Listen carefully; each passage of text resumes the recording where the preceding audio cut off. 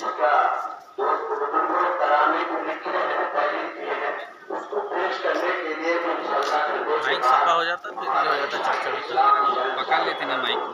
जनाब कादिर रहमान साहब और जनाब गौहर अली साहब मदीनतुल उलूम और हाफिज अब्दुल रहमान ये सब कादी साहब के साथ इंशाअल्लाह देश को कराने को पेश करेंगे।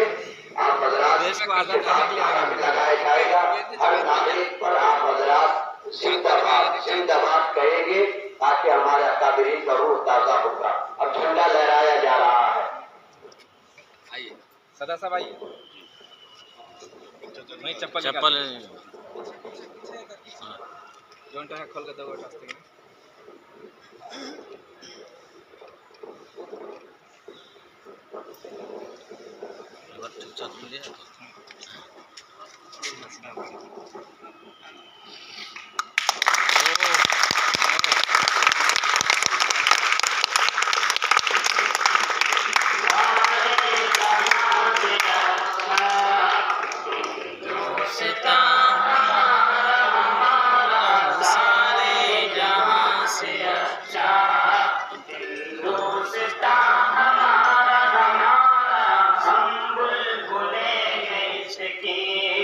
ये गुलसिता